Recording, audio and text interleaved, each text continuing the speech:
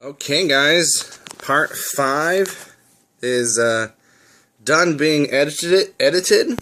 So I'm going to take you guys through what I've got going on, and then I'm going to start exporting it and then start uploading it.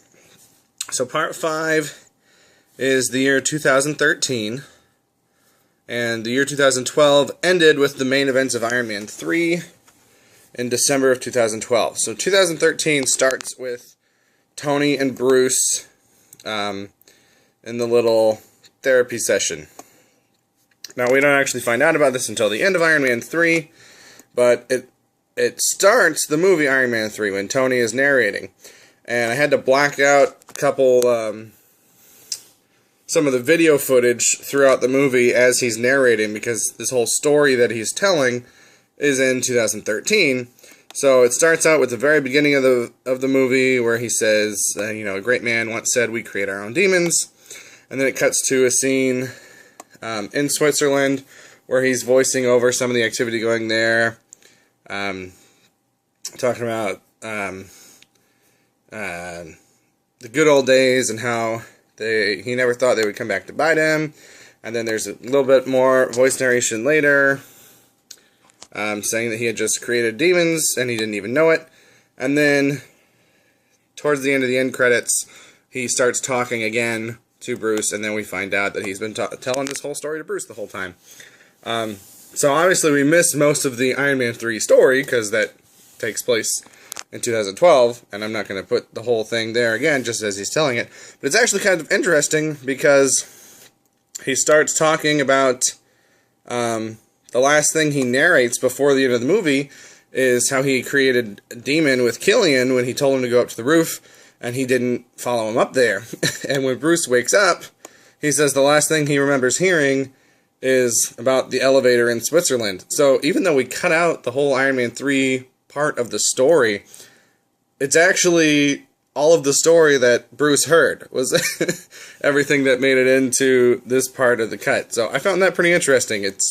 Because it's not from the perspective of Tony telling the story, we're getting it from the perspective of Bruce listening to the story. So that's where we start out at. And then we cut to some of the flashbacks in Daredevil when they're working at, I forget the name of the law firm that they were interning at, and the hearing with the Roxxon Oil Company, and them talking about not wanting to keep working for them and wanting to start their own firm. And then I've got Matt's first mission where he goes to stop the abusive father. He said that happened right after they decided to leave that company. So I've got that as the next thing. And then we've got Nelson and Murdoch in the bar talking about starting their own firm, where Foggy makes the sign. And this scene comes after Daredevil's first mission, because he's got the black eye or whatever, a cut or something, that Foggy is making fun of because Matt told him that he fell taking out the trash. So we know that takes place after his first fight. And then we start in on Agents of S.H.I.E.L.D. And we have the pilot. And I've got a lot of cuts just because I cut out the credits and things like that. Not the end credits and the logos that played as the opening theme, and then again towards the end before the last scene. So I've got a lot more cuts than I actually have edits. But we had the first couple episodes of Agents of S.H.I.E.L.D. That pretty much go in order. This is the episode with the 084. Nick Fury is chewing out Coulson. Oh, some credits stayed in there. I need to cut that out real quick. Live video editing. Okay, let's get that out of there. Apparently I didn't preview this as thoroughly as I thought before making this video. Okay, and then we have the episode with the Gravitonium and Dr. Franklin Hall. Skye infiltrates Ian Quinn's space. They lock up the Gravitonium. Then we have episode 4, I Spy, with Aquila Amador. And they develop their own version of the tech. And then Skye is looking at naked Ward at the end. Then we have episode 5, the girl in the flower dress, with Scorch getting his abilities. Then she's meeting with Edison Poe. Then we have the FZZT, the FZT episode with the Chitauri helmet infecting people, where Gemma jumps out of the plane after she gets infected, and Fitz tries to save her, but Ward hogs all the credit because he's a Hydra douchebag. Felix Blake meeting with Nelson at the end of that episode. Coulson getting interrogated, and then after this interrogation with the fake interrogator, who's actually a S.H.I.E.L.D. agent, then I jumped to the battle in Vanaheim from Thor the Dark World. And the resources that I looked at didn't have a whole lot of cuts between the Agents of S.H.I.E.L.D. episodes and Thor the Dark World. I kind of put in a lot more. I tried to look at when the days ended and when the days started, and if something was happening at night on Agents of S.H.I.E.L.D. and then the next thing happened in the morning, I would find something from Thor the Dark World to fill that gap.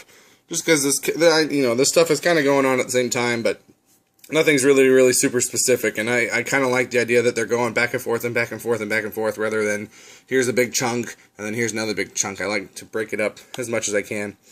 So we've got the battle in Vanaheim, then he goes back to Asgard and talks with Odin, and they're celebrating, but he's still not happy. Then we jump back to S.H.I.E.L.D. extracting the information from the fake interrogator's news. And there's some debriefing, and then they head towards the hub. And then we have the scene with Jane and her date. And then she goes through the portal to the ether. And Thor comes back to Earth. And Malekith has awoken, and the Asgardian doctors are looking at Jane to try to see what's wrong with her. And then we cut to when the S.H.I.E.L.D. agents arrive at the hub, and Skye is kind of getting lectured on how S.H.I.E.L.D. works, and she's not cooperating. Then we've got some Dark Elf action, and Algrim becomes Curse, and they start setting their plan in motion to attack Asgard. Then some debriefing at the hub for Ward and Fitz to go get the overkill device. And then we've got Thor and Jane in Asgard. And then Curse's prison break, the attack on Asgard, and Frigga's death at the hands of Curse. And then we cut to Fitz preparing for the mission, talking with Simmons, and she made him his sandwich. And then they get ready to leave. And then we have Frigga's funeral, and Loki getting the news and being upset down in the dungeon. And then we have the start of Ward and Fitz's overkill device mission with the no extraction plan. So they go in and they have some trouble. And I have the scene of Selvig explaining his theory on the convergence with Stan Lee's cameo. Where are you, Stan? There you are. And then we cut to them continuing on their mission. That was just a short scene with Selvig, so I figured that could be while the time is passing. And then they have to go on the run because they get found by Border Patrol. Then we have Thor and Jane and Odin all arguing. And Darcy decides to go get Selvig. Then we cut back to Agents of S.H.I.E.L.D. Coulson meets with May to kind of talk things out, although May doesn't say anything. And then we go back, and Thor starts hatching his plan to free Loki. And he starts talking with Heimdall, and then he talks later with all the others. So I put this scene before all the others. And then Gemma shoots Agent Sitwell. Then Thor tells the others about his plan.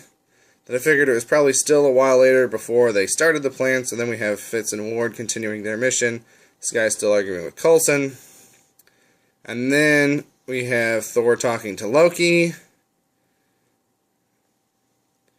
And then the mission is still continuing on, and Coulson is angry at Hand for not telling him that there was no extraction. Mission is a success, everyone's fine. And then we have the big breaking Loki out of the dungeon, fighting Malekith, Loki's fake death, and then Coulson talking with Skye about her parents, or about the S.H.I.E.L.D. agent that dropped her off. Back to Thor with Jane, and them getting back to Earth through the portal. Coulson talks with May about Skye's parents and what they found. Thor meets with Selvig and them to create a plan, and Odin finds out that Loki has deceived them. Coulson tries to get information on his own death and recovery file in Tahiti, and it is rejected.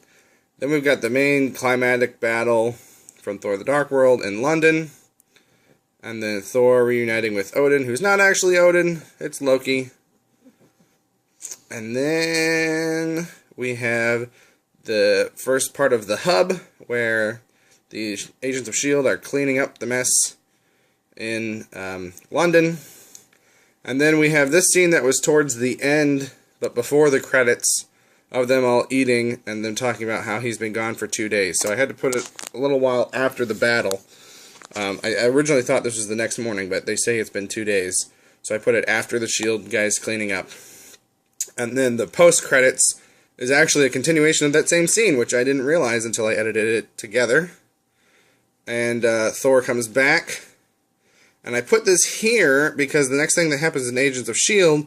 is these Norse pagans start causing trouble all over the world and saying that they're gods. So I figured Thor would have had to come back and then leave again before they started that. Because if they had started it before he came, then he probably would have stayed and done something about it. So I put that after he'd come back and assumed that he went back to Asgard after that, although we don't really know yet. So then most of that episode plays out, and there's not much else going on. And then I've got the scene where the Collector is visited by Volstagg and Sif.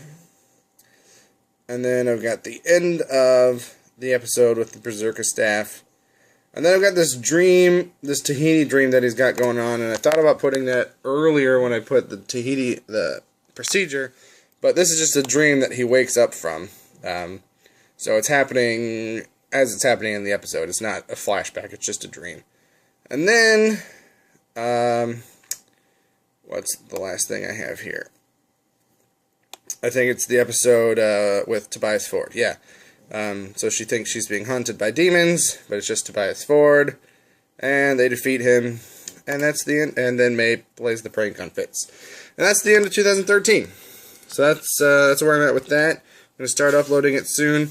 One of the coolest things about this edit was that the big, huge, tension-filled moments with Ward and Fitz not having an extraction when there was supposed to be an extraction is happening at the same time when Thor is breaking out or extracting Loki when he's not supposed to be. So it was kind of interesting that these two things are happening at the same time.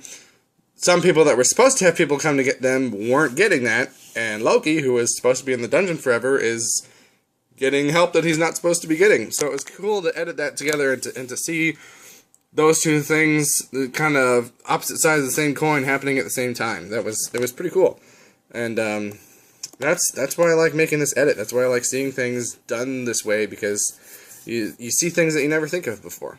So I will continue to keep you guys updated. I'm gonna start, I think, ripping the Agent Carter episodes next, so that I can do some of the earlier time periods. Happy Halloween to everyone, and I'll talk to you later.